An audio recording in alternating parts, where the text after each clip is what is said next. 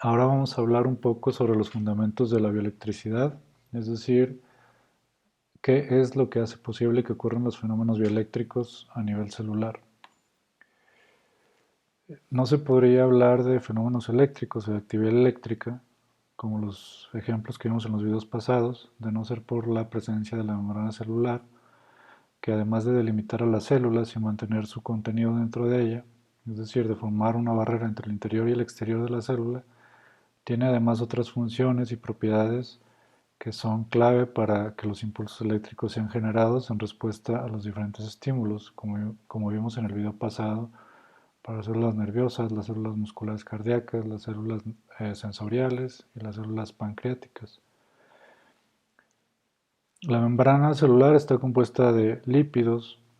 lo que significa que no es permeable a la mayoría de sustancias solubles en agua. Además, la membrana celular está formada por moléculas de fosfolípidos, como las que se muestran en la figura, que tienen un extremo hidrofílico y un extremo hidrofóbico. Esto quiere decir que un extremo tiene afinidad por el agua y el otro no la tiene. Estas moléculas de fosfolípidos se organizan formando una doble capa con los extremos hidrofóbicos en la parte interior de la membrana y los extremos hidrofílicos en la parte exterior, lo que tiene sentido, dado que son estos últimos los extremos que tienen contacto con los medios intra y extracelulares. En esta figura vemos los extremos hidrofílicos representados por las esferas rosas y los extremos hidrofóbicos al interior de la membrana en verde. La membrana celular tiene una composición que algunos describen como aceitosa, en la que flotan proteínas, como las que se ejemplifican esquemáticamente en esta figura, como pueden ser canales iónicos de potasio, de calcio, de sodio, todos los que vimos en el video pasado, o bien incluso el transportador de glucosa GLUT1 que también vimos en el video pasado. Estas proteínas están flotando en la membrana, pero ancladas al citoesqueleto de la célula que se encuentra en la parte interna. Ahora que ya sabemos que la membrana separa el interior y el exterior de las células, vamos a describir cómo son los medios o soluciones intra y extracelulares. Estas soluciones que separa la membrana celular, pues. En todas las células, el medio intracelular es alto en potasio y bajo en sodio y calcio, como se muestra en la figura en la parte inferior de la diapositiva. Aquí vemos que el espacio intracelular, que está en la parte izquierda, tiene más iones potasio, que son los círculos rojos, y menos iones calcio y sodio, que son los amarillos y morados, respectivamente. En cambio, el medio extracelular es alto en calcio y sodio y bajo en potasio. Eh, es la membrana celular, junto con las diversas proteínas incrustadas en ella, lo que permite la formación de estas diferencias de concentración,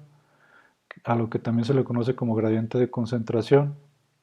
que es otro concepto clave para entender los fenómenos electrofisiológicos a nivel celular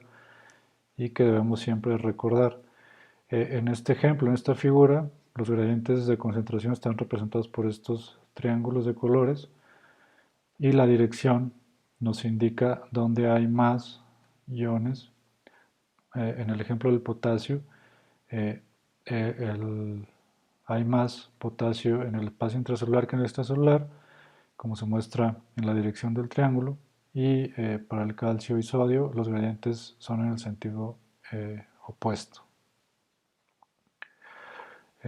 Los gradientes de concentración, es decir, el hecho de que haya mayores concentraciones de sodio y calcio afuera que dentro de la célula y de que haya una mayor concentración de potasio adentro de la célula que afuera, es algo también clave para la generación de los impulsos eléctricos o potenciales de acción, como también se conocen, como los que vimos esquemáticamente en los ejemplos de las células nerviosas, de las células musculares cardíacas, de las células pancreáticas o de las células sensoriales.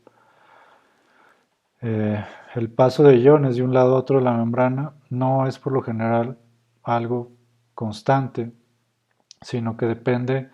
de que los diferentes canales iónicos permeables a los diferentes tipos de iones se abran para dejarlos pasar. Cuando esto ocurre, es decir, cuando un canal que deja pasar de manera específica algún ion, los iones pasarán por difusión en el sentido de su gradiente de concentración, es decir, de donde hay mayor concentración de ese ion a donde hay una menor concentración. Eh, pero como los canales iónicos en realidad están abriendo y cerrando en respuesta a los diversos estímulos que pueden influir en la célula, la entrada y salida de los diferentes iones, que al tener carga eléctrica producen una corriente eléctrica, son el origen de los impulsos eléctricos o los potenciales de acción.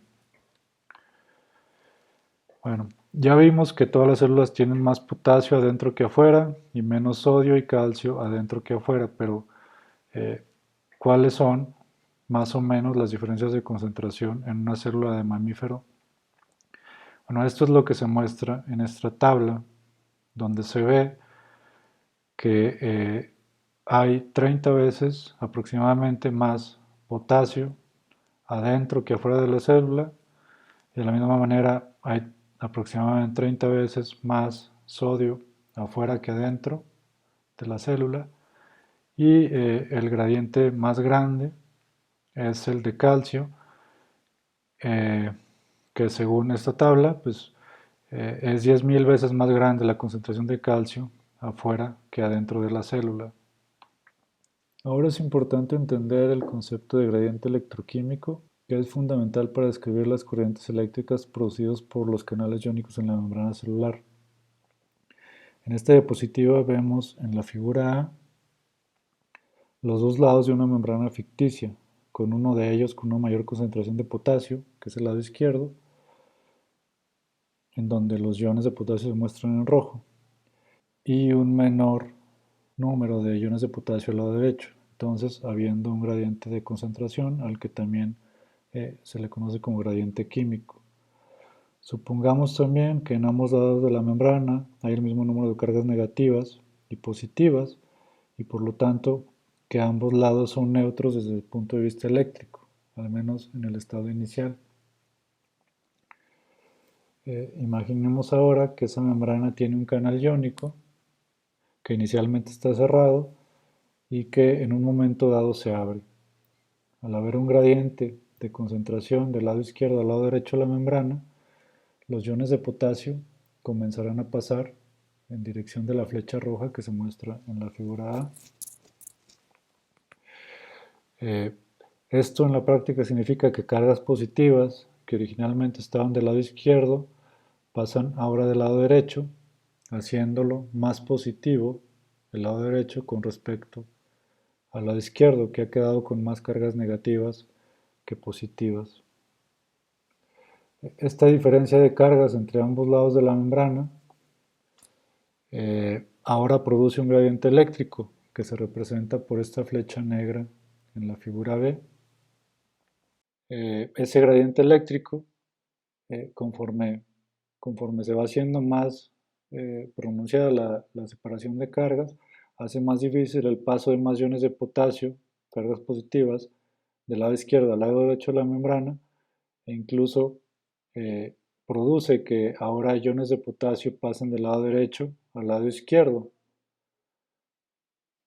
Y esto lo podemos ver como las cargas, como que las cargas positivas del lado derecho empiezan a ejercer un efecto de repulsión de los iones cargados positivamente hacia el lado izquierdo de la membrana. Pero conforme el lado derecho se hace más positivo, el flujo de iones hacia el lado izquierdo se hace más grande hasta llegar a un punto en el que el flujo de iones de izquierda a derecha debido al gradiente químico es igual al flujo de iones de derecha a izquierda debido al gradiente eléctrico, como se ve en la figura C. Si se fijan, aquí la flecha roja que indicaba el paso de iones en dirección del gradiente químico es igual ya en tamaño al flujo de iones de derecha a izquierda debido al gradiente eléctrico. Entonces, en ese punto tenemos un flujo neto de iones potasio cero, lo que no quiere decir que ya no pasen iones, sino que simplemente los mismos iones que pasan en un sentido pasan hacia el otro en sentido opuesto. Este experimento muy simple nos permite entender el concepto de gradiente electroquímico, que es, como veremos con mayor detalle un poco más adelante, cómo influyen simultáneamente los gradientes de concentración o gradientes químicos y el gradiente eléctrico producido por la diferencia de cargas a un lado y otro de la membrana. Lo mismo que vimos en el experimento anterior pasa en las membranas celulares. Finalmente hay una diferencia de concentración, como vimos en las diapositivas pasadas, eh, entre el interior y el exterior de la célula, de los diferentes iones. Además, la membrana, como ya sabemos, tiene canales iónicos que dejan pasar iones en dirección de esos gradientes y eso provoca un gradiente eléctrico debido a la separación de cargas y con esto un gradiente electroquímico que influye en el paso de iones por la membrana celular en un sentido u otro. Bueno, con esto y ya para terminar, podemos definir otro concepto clave que es el de potencial de equilibrio de un ion. Y con esto quiero decir que cada ion, potasio, sodio, calcio, cloro, tendrá un potencial de equilibrio diferente. En términos simples, el potencial de equilibrio de un ion es el valor del potencial de membrana al que el flujo debido al gradiente de concentración y el flujo debido al gradiente eléctrico son iguales en magnitud, pero como ya vimos en sentido inverso, lo que resulta en un flujo neto cero para ese ion en particular. Por ahora creo que basta con que nos quedemos con la idea de que hay ciertos valores de voltaje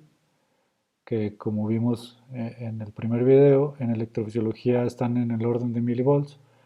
a los que el flujo neto de los diferentes iones se hace cero. La razón de esto es lo que comentamos hace unos momentos, que el gradiente eléctrico y el gradiente químico están provocando a ese voltaje flujos iguales, pero en sentido contrario, resultando por lo tanto en un flujo neto cero.